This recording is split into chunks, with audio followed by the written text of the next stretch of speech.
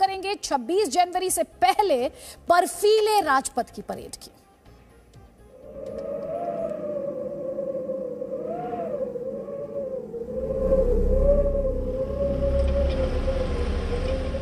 Height का challenge है, heavy snowfall होता है। यहाँ पर मैक्सिमम माइनस में ही टेम्परेचर रहता है। Hello control from point 218, control from point 218, report my signal over. हम लगातार चौकस रहते हैं। मेन मकसद ये है सर, हमारा देश का रक्षा करना।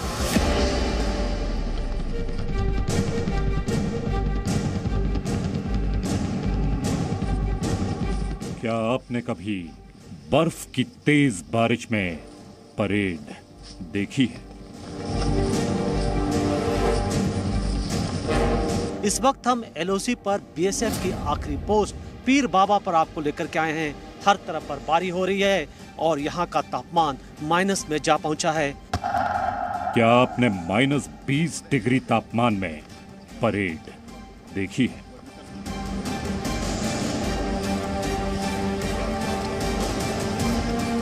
इस वक्त भी भारतीय सेना के ये जवान जो है पेट्रोलिंग कर रहे हैं और आप देख सकते हैं कैसे ये कैमोफ्लेज वर्दी में हथियारों से लेस ये जवान जो है इस वक्त पेट्रोल पर हैं। क्या आपने कभी 12,000 फीट की ऊंचाई पर परेड देखी है?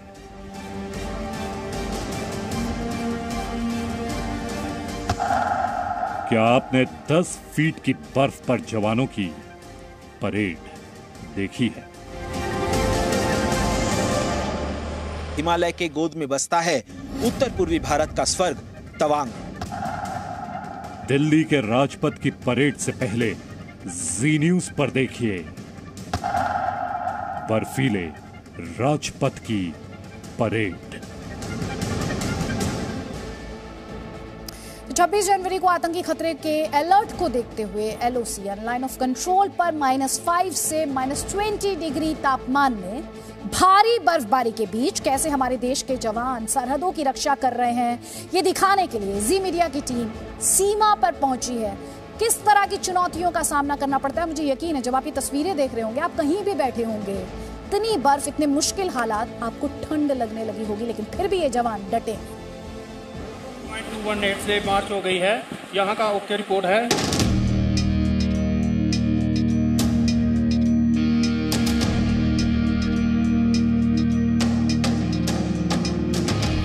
जब हम बैठे हैं घरों में तब ये डटे हैं सीमा पर,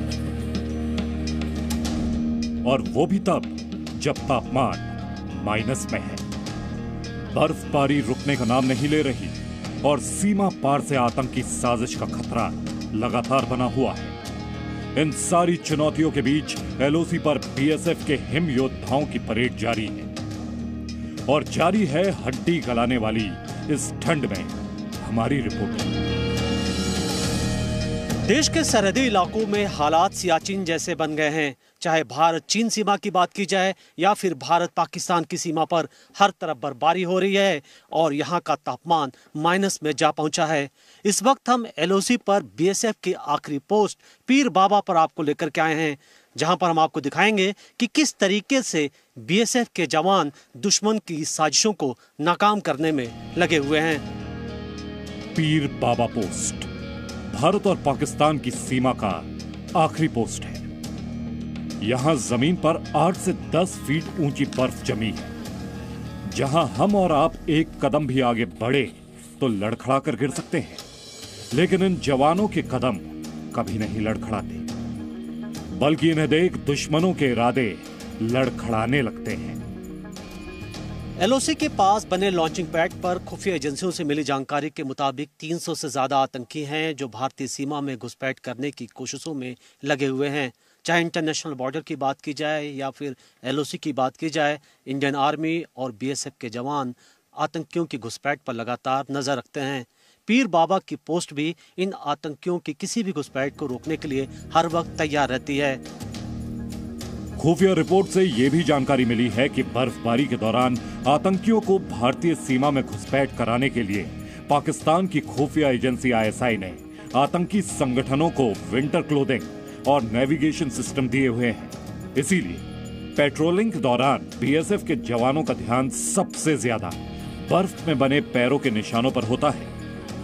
एलओसी पर लगातार बर्फबारी होती है और ऐसे में बीएसएफ की पेट्रोलिंग पार्टी इन बर्फ पर पड़ने वाले ऐसे पैरों के निशान पर भी नजर रखती है, क्योंकि हो सकता है कि ऐसे जो निशान हैं वो किसी मूवमेंट की तरफ इशारा करते हों, क्योंकि इन इलाकों में लगातार चूंकि पाकिस्तान की तरफ से कोशिश की जाती है, साजिश रची जाती है कि वो इन इलाकों में आतंकियों के घुसपैठ कराएं।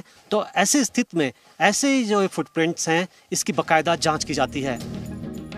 बर्फ में अनजान कदमों के ये निशान आतंकियों के भी हो सकते हैं। जब भी पीर बाबा और इनसे सटे इलाकों में ऐसे कदमों के निशान मिलते हैं तो बीएसएफ के जवान तुरंत हरकत में आ जाते हैं और इस बात की छानबीन शुरू हो जाती है कि ये पैरों के निशान किसके हो सकते हैं, क्योंकि इन इलाकों में दूर दूर तक आम लोग नहीं रहते। ऐसे में इन पैरों के निशानों को बड़ी गंभीरता से लिया जाता है। ऐसा है, देखो हो सकता है मिलिटेंट कहीं पर भी हाइड आउट के अंदर छिप सकता है, तो और यहाँ पर पब्लिक की बैग वगैरह डोक भी हैं, लेकिन जो मूवमेंट होता है बर्फ के अंदर सबसे बड़ा हमारे को फायदा ये मिलता है कि फुटप्रिंट बड़ी आसानी से मिल जाते हैं। कहीं पर भी कोई मूवमेंट होता है तो उसका मूवमेंट के फुटप्रिंट मिलते हैं, जिसका पीछा कर करके हम उसको पकड़ सकते हैं। दिल्ली और राजपथ की सुरक्षा के लिए जरूरी है बॉर्डर की सुरक्षा, क्योंकि पाकिस्तान की आतंकी साजिश 26 जनवरी के इर्द गिर्द रची गई है। इसीलिए एलओसी पर सुरक्षा भी इतनी कड़ी कर दी गई है कि आतंकी सीमा लांघ नहीं सकते। 22 तारीख को 12 बजे हमारे आईजी महोदय श्री राजा बाबू सिंह ने एक वीडियो कॉन्फ्रेंस के द्वारा अभी हम ही सब जितनी भी बटालियन तैनात हैं उन सबको एक कड़ा संदेश दिया है कि 26 जनवरी के संदर्भ में ध्यान में रखते हुए जो भी जितने भी गतिविधियां हैं इन पर नज़र रखा जाए। जितने भी इस तरह के जो इन्फिल्ट्रेशन के पॉइंट्स हैं उन पर कट ऑफ पॉइंट डाल दिए जाएं और उस पर तगड़ी मॉनिटरिंग की जाए, जिससे भी इस तरह की गतिविधियों को जो बढ़ावा मिल रहा है उसको हम पूरी तरह से रोकेंगे और इसके रोकने के लिए हम पूरी तरह से मुकम्मल तैनात हैं। आप जहां दूर दूर तक सिर्फ बर्फ और बीएसएफ के जवान दिखे, वहां एक घर जैसा कुछ दिख रहा है। हमने भी जब पहली बार ये देखा तो मन में यही सवाल उठा कि ये क्या है और यहां जवान क्या कर रहे हैं। मुझे तुरंत ही जवाब भी मिल गया। खुफिया जानकारी के आधार पर बीएसएफ की टीम इस वक्त एम्बुश लगा करके बैठ गई है, यानी घात लगा करके ये टीम कई कई दिनों तक आतंकियों के आने का इंतजार करती है। सब कुछ बहुत ही साइलेंटली किया जाता है, ना तो किसी तरीके की आवाज़ की जाती है, ना ही इस बात की कोशिश की जाती है कि उनकी प्रेजेंस की भनक आतंकियों तक लगे। चूँकि इंतजार लंबा हो सकता है, कई कई दिन लग सकते हैं, इसलिए बीएसएफ के ये जवान अपने साथ खाने पीने की चीज़ें भी लेकर के चलते हैं।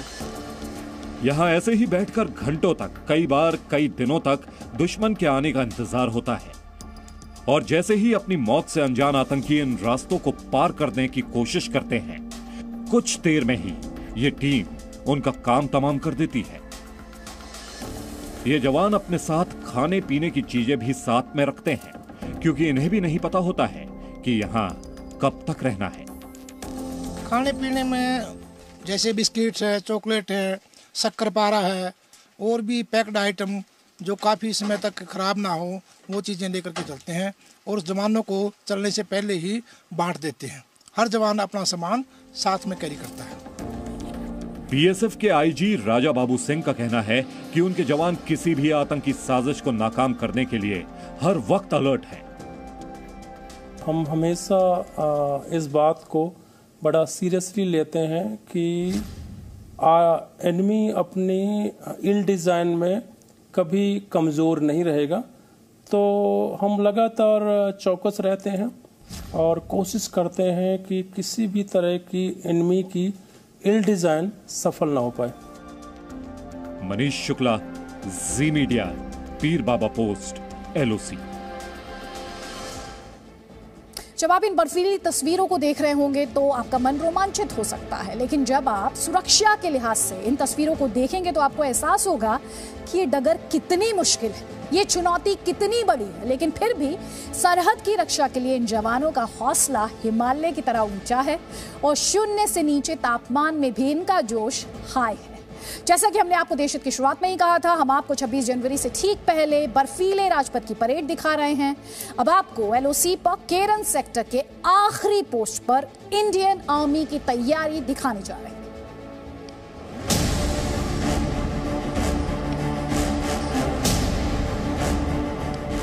एलओसी पर कश्मीर के केरन सेक्टर की आखिरी पोस्ट है। समंदर से 10 से 12,000 फीट की ऊंचाई पर मौजूद इस पोस्ट पर इंडियन आर्मी के जवानों का पहरा कभी खत्म नहीं होता।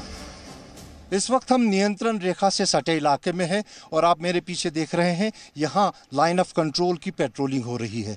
घुटनों घुटनों तक बर्फ है। तापमान की बात करें तो इस वक्त भी तापमान 0 से नीचे है, करीबन 5 से 6 डिग्री का माइनस तापमान है। देश सुरक्षित है। जब तक हम यहाँ पे हैं तो देश के अभी तक यहाँ पे हमारे होते कोई क्रॉसिंग या कोई नहीं हो सकता। हम देश रक्षा के लिए हमें छोड़े हैं, हम घर छोड़ के इस काम के लिए आए तो उस काम को पूरा अंजाम देने के लिए हम तैयार हैं। पेट्रोलिंग टीम में 5 से 7 जवान होते हैं। इनके शरीर पर -20 डिग्री की सर्द का सामना करने वाले कपड़े होते हैं और हाथ में अत्याधुनिक हथियार। हर 2 घंटे में पेट्रोलिंग के लिए सेना का नया दल आता है। सुबह हो या शाम, दिन हो या रात, एलओसी पर समय बदलता है, कहानी नहीं। देखिए रात के समय एलओसी पर पेट्रोलिंग कैसे की जाती है। इस वक्त मध्य रात्रि का समय है और हम नियंत्रण रेखा पर हैं।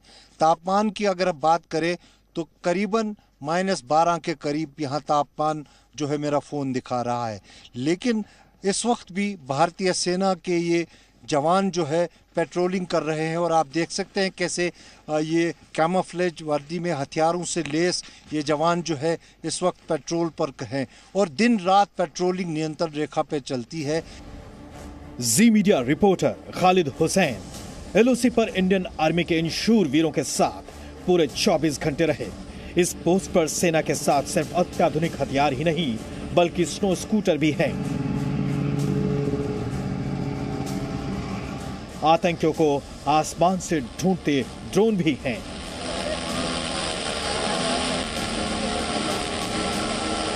मानव पेट्रोलिंग के अलावा मैन और मशीन को भी इकट्ठे रखा गया है नियंत्रण रेखा पर, ताकि नियंत्रण रेखा के सही से जो है सर्वेलेंस हो, निगरानी हो और जो नवीनतम उपकरण है वो भारतीय सेना के पास इस वक्त मौजूद है। आप देख सकते हैं जो ड्रोन्स हैं, ये क्वाडकॉप्टर्स जो हैं ये साधारण ड्रोन्स नहीं है।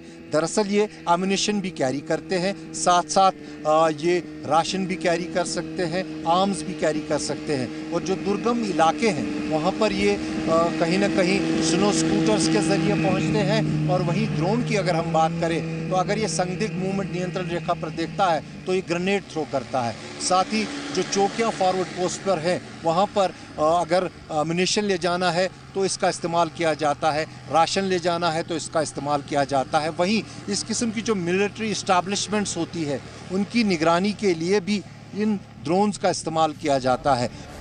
इस ड्रोन की खासियत यह है कि इस पर 2 राइफल भी रखी जा सकती हैं और वो दुश्मन को टारगेट कर उस पर फायर कर सकता है।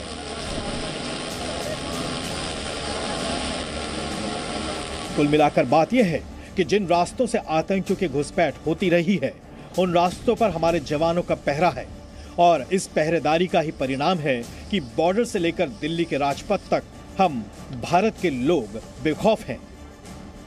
Khalid Hussain, Zee Media, LOC. Presenting B News app available on Google Play and App Store. Download it now.